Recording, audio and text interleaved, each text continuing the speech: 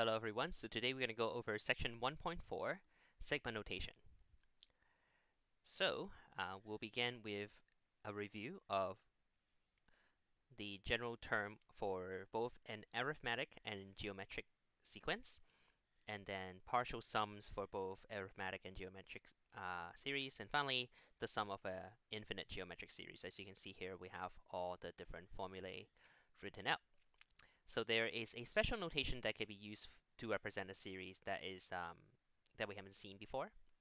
So in order to introduce it, we're going to look at an arithmetic series, this one right here, with 5 terms. So 3 plus 5 plus 7 plus 9 plus 11. All right, so the general term, we'll use the formula that's given right here. And we know that the nth term will be the first term plus n minus 1 times the common difference. So in this case, the first term was 3, and the common difference is 2, right? Because 3 plus 2 is 5, 5 plus 2 is 7, and so forth.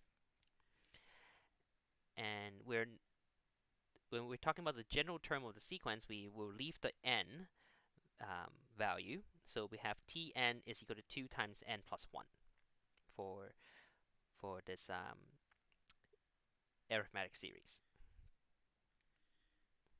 Okay, so as such, the first term is 2 times 1 plus 1, right? The 2 being the common difference, the 1 being the first term.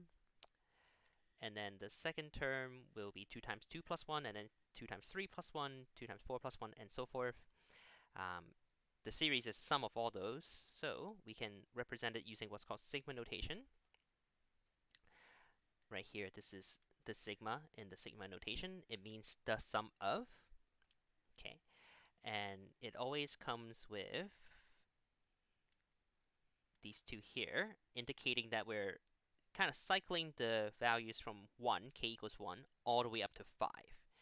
And the numbers will be formatted as 2k plus 1. So if you were to write this out, this would be 2 times 1 when k equals 1 plus 1, followed by then 2 times 2 plus 1, and then the next term after that will be 2 times 3 plus 1, and then we have after that 2 times 4 plus 1, and finally the last term will be 2 times 5 plus 1. Right, so k, as you can see here, is 1, 2, 3, 4, and 5, and each term is formatted 2k plus 1. Okay, and of course that will give us the arithmetic series 3 plus 5 plus 7 plus 9 plus 11. Okay, so it's another way of writing something that we're a bit familiar with already. Okay.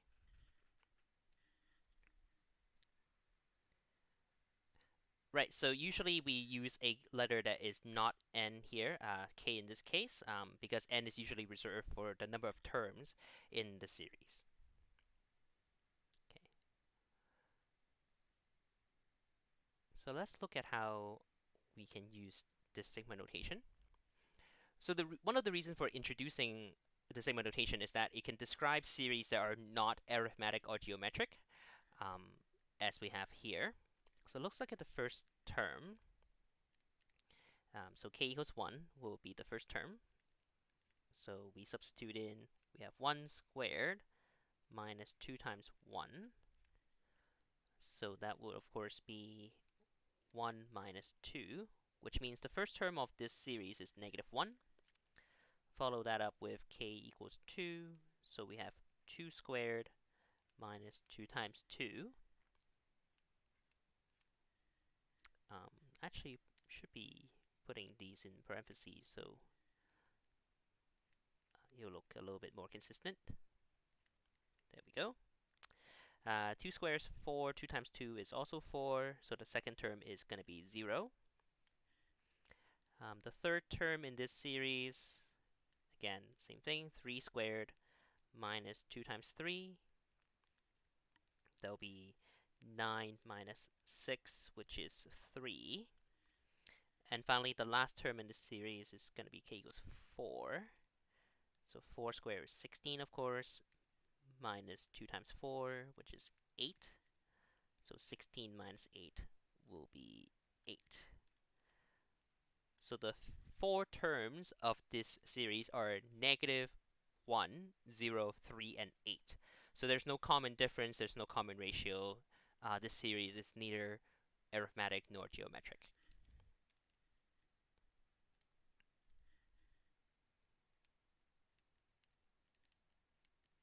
Okay, just to write that stuff down. So negative 1, first term, plus 0, plus 3, plus 8. Okay, and again, the thing we should note here is neither arithmetic or geometric. And that's one of the questions that we could be asked is, given a series in sigma notation, determine if it's arithmetic or geometric or neither.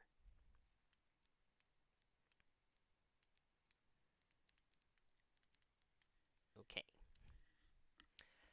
So next up, we do have some geometric and arithmetic series, so we're going to rewrite these into sigma notation. Okay, let's look at the process of doing that. Again, a lot of it is about identifying the general term, which is what we did in the first page. So let's look at this first one, 2, 6, 18. I think we have done this example before. So this would be multiplied by 3, multiplied by 3, multiplied by 3, multiplied by 3. So this is a geometric series.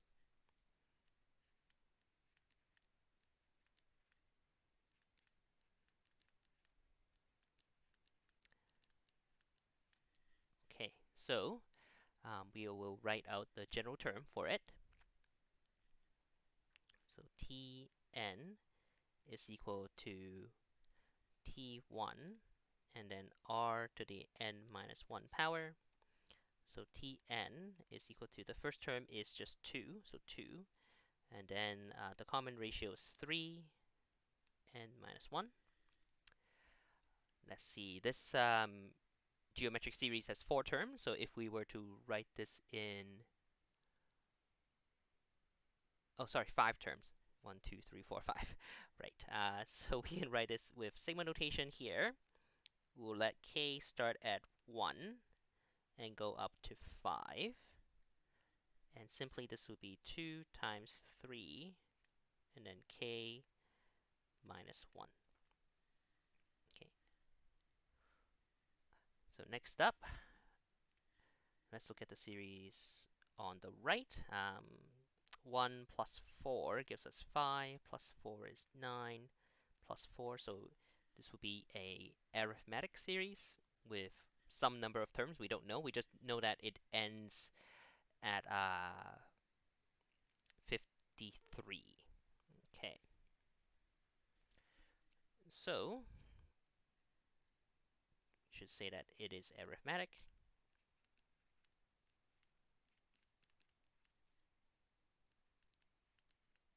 So before we can do anything else, we have to find out how many terms there are.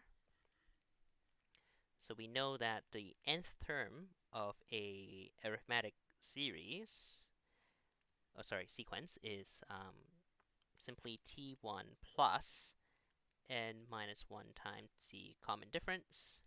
So in this case, the nth term is 53. The first term was 1. We're solving for n. And the common difference was 4. So we subtract here 1 from both sides. 52 is equal to 4 n minus 1. 52 divided by 4 is 13. Alright, so this would be the 14th term then. Alright, so this series has 14 terms. Found that out. Next up, I'm going to simplify the expression for the general term here. So we're still using the general term formula. The first term was once again 1. The common difference was 4. Now, it'll be okay to write the sigma notation as the following: k equals 1, the first term, all the way up to the 14th term, and then just 1 plus, sorry, this should be replaced by k minus 1 times 4. And that will be sufficient. But it could be simplified further, of course, by doing the following. That is, we're going to multiply the 4 in through the parentheses, either in the when we're dealing with the general term or in sigma notation itself, either way. And we'll have something that looks like this. So take a little bit longer, but that's okay. So 1 plus 4k minus 4, which of course can be further simplified to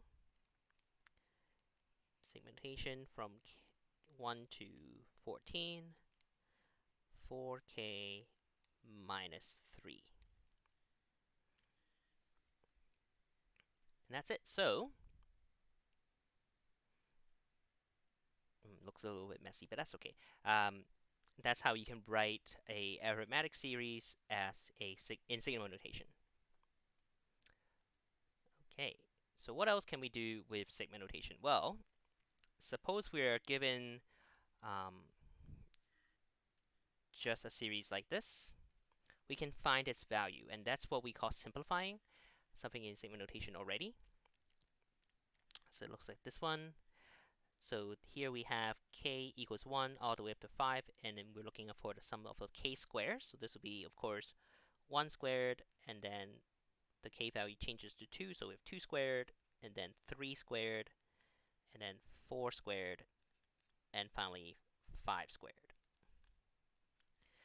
Alright, so this would, of course, be 1 plus 4 plus 9 plus 16 plus 25. And that will give us, let's see here, 55. Okay, let's look at the one on the right. Now, of course, when there are few terms, we can just write out what each one of them are. On the right-hand side, example 3b, there are 20 terms in the series, and that's probably a few too many to be writing out all 20 and then adding them all together. So, in this case, we will see that 3k plus 1, we're going to write down the first few terms, though. The first term will be 3k, so 3 times 1 plus 1. And then the second term will be 3 times 2 plus 1. And then third term would be 3 times 3 plus 1. And I think that's all we need. So just going to not write out the rest of these. Okay, the first term will be 4. Second term is 7. And third term is 10. And we have the rest. So this is clearly an arithmetic series when the common difference is 3.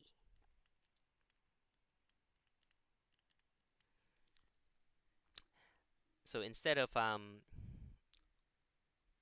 writing out all 20 terms, we can simply use the formula in this case, and that is for a sum of a arithmetic series.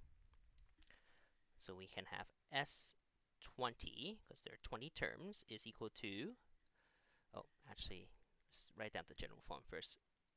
Sn is equal to n and then 2t1 plus n minus 1 times d all over 2.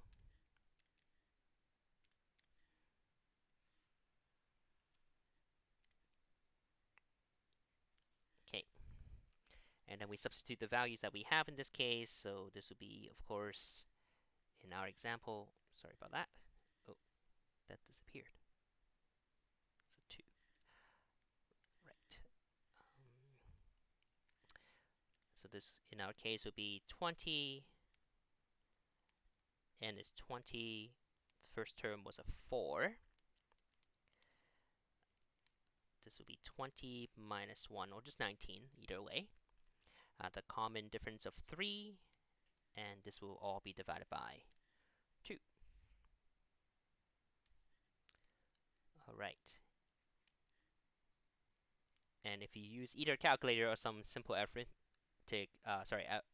to figure out what the answer is, we'll get 650 as the sum of this arithmetic series. Okay, moving on. There's a couple other examples to look at.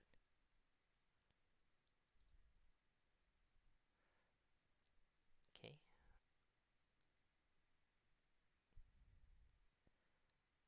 Very similar, right? Once again, we are given some sums here. The first one, now these are both geometric series, and they're a bit well disguised. So if you're not sure, when we're not sure, what we can do is write down the first few terms of the series and see if we notice any patterns.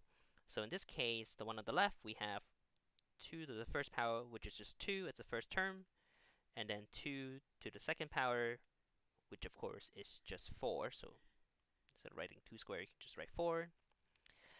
And then finally, 2 to the third power is 8, and so forth. So this looks like a geometric series with 7 terms.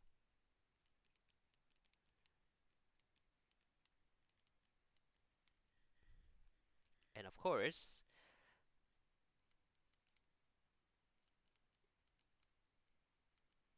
we know what the we know what the t1 value is, we know what the r value is. The r value is just 2, and the first term is 2. So you can just do the following. Sn is equal to t1 times 1 minus r to the n power all over 1 minus r. So in this case, we have S7 is equal to 2, and then 1 minus 2 to the 7th power all over 1 minus 2. And then once again, just using a calculator, we'll find this to be, let's double check my answers here.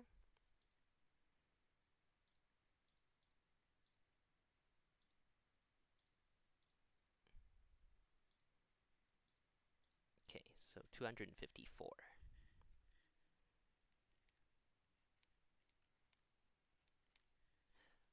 All right, then we have one on the right. Notice that this is an infinite sum. Sorry, sum of an infinite geometric series. So before we do anything, we have to make sure that it actually converges. All right, and we'll do so by looking at the first few terms. Once again, the first term will be 1/2 to the -3 power. And the second term is 1/2 to the -2 power. And then next term after that, 1/2 to the -1 power. Maybe one more for good measure. 1/2 to the 0 power, and so forth. So 1/2 to the -3 power is actually 8. 1/2 to the -2 power is 4. And then we have 1/2 to the -1 power, so the reciprocal, which is 2. And then we have 1, and so forth. So now if we are to consider the first term, that's 8. And the common ratio is actually 1/2. So what that means is that it is a convergent infinite geometric series.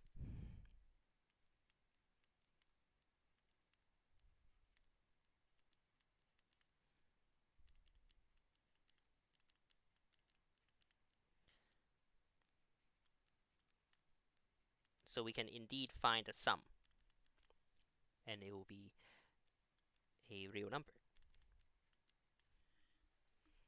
Okay, so we can apply the formula for an infinite series then. That will be S and then infinite, which would just be t1 over 1 minus r.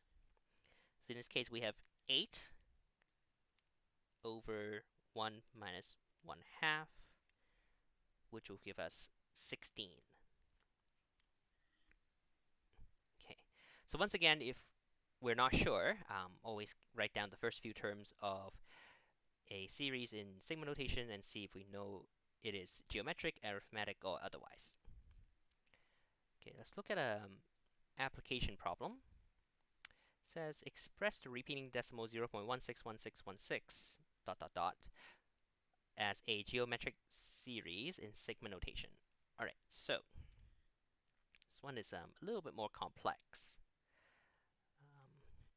So the first term in this series was 0.16, and then afterwards it is 0.00.